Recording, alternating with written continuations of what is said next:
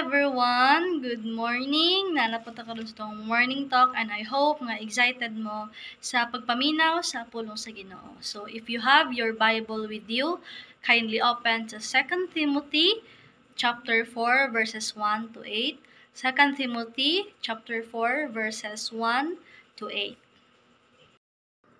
In the presence of God and Christ Jesus, who will judge the living and the dead, and the view of his appearing and his kingdom, I give you this charge. Preach the word, be prepared in season and out of season. Correct, rebuke, and encourage, with great patience and careful instruction. For the time will come when men will not put up with sound doctrine.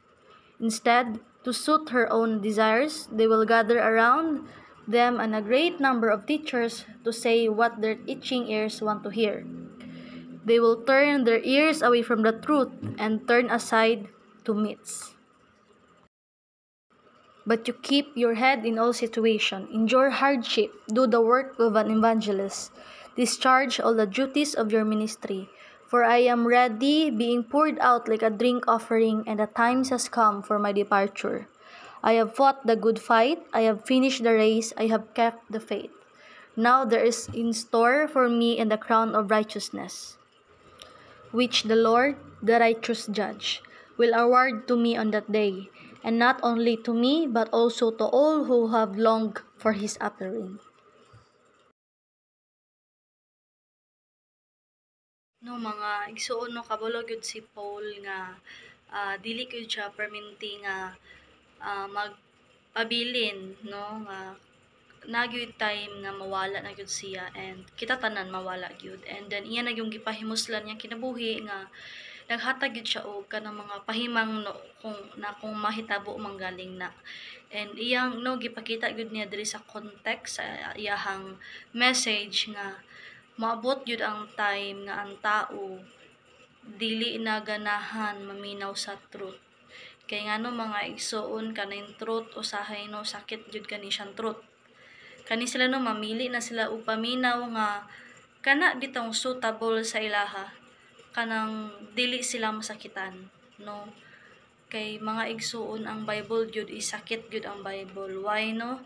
Kay ginapakita gyud sa Bible kung kinsa ta, ug ginapakita pud sa Bible kung unsa gyud ang kalapasan nga atong mabuhat. And then daghan kaayo sadly no nga uban na mga teachers or no nga ga-teach lang sila puro na lang maayo. No, there's nothing wrong about that, pero kana bitong dili na lang ka maghisgot og mga buta nga sakit pero makapatubo sa atoa tungod kay basin ma-offend ang tao. Mga igsoon no, ang Bible gyud is maka-offend, ang Bible is sakit, ang Bible is strong no, describe siya sa other verse nga ang Bible is mura siyang sword nga double edge no, sakit yun kay siya nga mo penetrate siya sa atong flesh and even sa atong bone, inana ka impact in ang word of God. But mga igsoon, do inani ang word of God, let's not forget nga in this way po diri ta mag-grow no, diri ta mo tubo, diri ta mo flourish.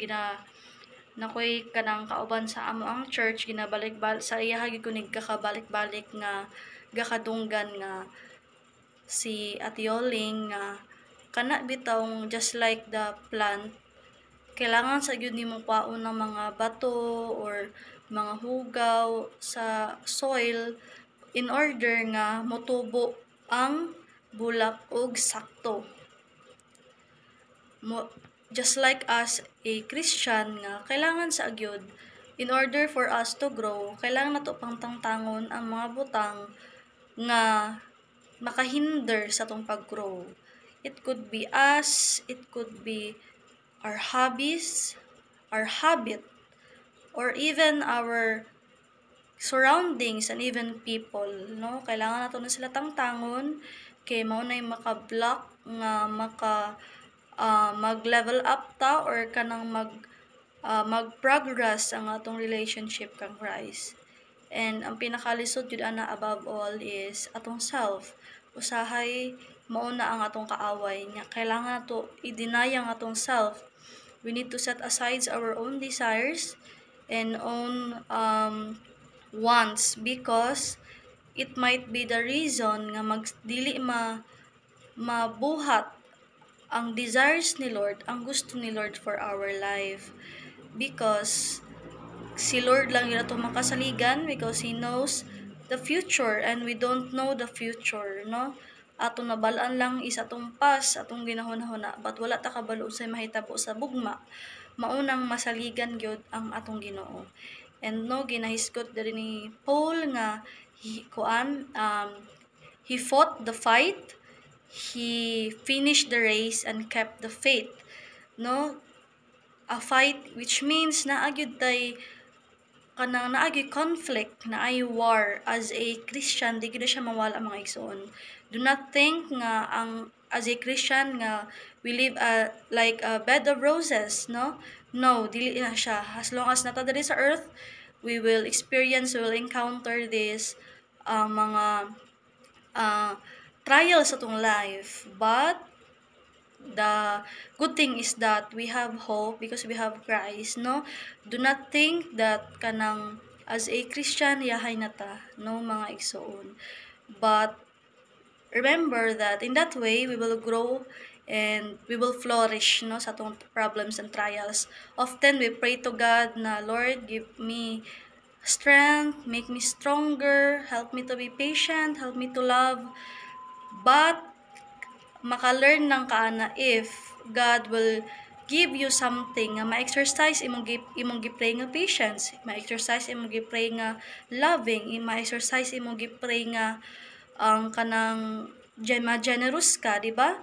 Kay dili man ka makatuon sa isa ka butang kung dili mo ma-experience.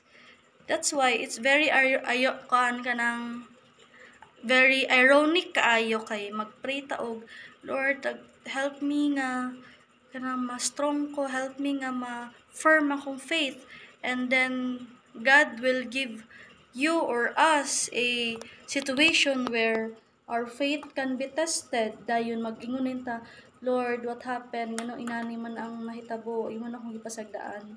No usahay kay makakatawa kaayo ta, but we need to analyze nga ay kani nga problem o ginatest ang akong faith, ay kani nga problem ginatest akong generosity, ay kani siya nga trial kay ginatest akong faith. No, wala na i-answer daw ni Lord ay imong gipray nga mas strong imong faith. Munang kana pa lang nagihatag ni Lord is imo na nang i-practice ang imong gipray. Kay lisod kaayo magpray ta sa butang nga atong gusto ma-achieve, and when it comes nga moabot na, dili na to siya sulayan, no? And always remember nga dili maghatag si Lord og problem nga dili na to kaya.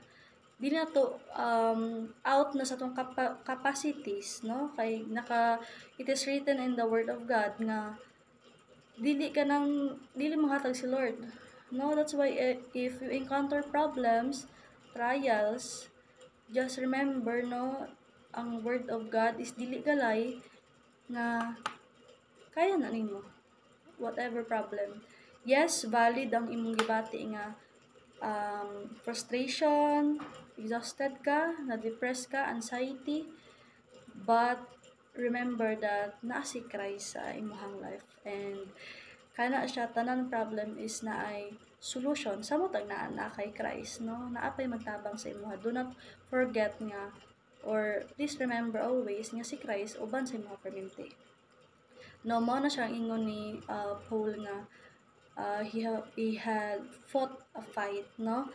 And always remember pod, no, kay usahay pod ang family pod pwede gamiton ni Lord sa mata if wala pa nato na share natong family, munang kailangan gyud nga mahimo gitang strong, no? Ikasunod, I have finished the race. Naaday tay race nga ato ang kanang paagagian. Di siya race nga maglumba tagdagan, but are a competition with the earth, no? Competition kung as a Christian kay in this earth duha ra gyud ang magdumala, ang evil ug ang God. That's why we need to finish our race as a Christian kay lagi usaon man ang paspas kayo ka, sutoy ka, pero wala ka nakaabot sa finish line, no? Useless gyapon. Unang kailangan gyud nga humanon gyud nato ni. Dili pwede nga kapoy naman ko kanang away sa kadali tunga-tunga na. Tunga-tunga na ko balik. What if di na ka mo balik og tunga-tunga? No, munang kailangan gyud ready ta perminti. And lastly is ano si Paul is I have kept the faith because it is impossible to please God without faith. Kaya ang faith mo mao'y maka please sa Ginoo, no? Remember the story of Abraham. He was called a father of faith, no? Because kay nakita ni Lord kung unsa ang kasing-kasing ni Abraham, even though na siya na encounter nga problem, which is ang iyahang anak is only son with his wife is patio, no? Munang maka-please gyud sa Ginoo ang kaning faith nato. Munang kailangan gyud nga atong faith is atong i-firm kay ang faith man is something nagatuo ka sa butang dili ka sure ug wala nimo nakita. Muna ang faith, munang kailangan nato na siya i-exercise kay once manggod nga motuo ka do kay wala na kasabot sa imong situation, you will remain hopeful kay naman kay faith. No mo na magtabang sa tuwa nga mula hutay ta sa atong race ug mula hutay ta sa fight na kailangan nato paagian karon ug sa umaabot ug sa future and future pa gyud. Ang faith yun na makatabang sa tuwa. Faith nato kang Lord. And no ginang pinaka last point no nga di dapat ta mamili sa word of God. For example, ay dili ko magbasa dali sa Romans kay badlong ning mga sala di ko na naminaw ani kay na maka-discourage. No, di dapat ta mamili sa pulong sa Ginoo. And samot na nang for example kanang di ka mamili kang mga picture kay kaning picture maka-discourage kay puro sala, dili siya maayo. Just remember nga kung asa ang sakit dito ka mo grow. No? But in the word of God, no, dili na siya ma-apply sa kalibutan. In the word of God. Kung asa ka masakitan, kung imong dawaton, mas mo grow ka. Pero kung imo nang likay-likayan, magbalik-balik na siya nga situation, dili gyud na siya muhunong hantod sa dili ka makatuon. Munang karon pa lang tun-an na nato, no? And I hope nga nakatabang ni sa tuwa nga word of God nga na makahatag sa tuwa og encouragement na di dapat ta ma-discourage. Kung ma-discourage man ka, just remember nga we have Christ. And thank you so much yung pagpaminaw and I hope nga na-bless ta karon nga kabuntagon. Good morning and God bless.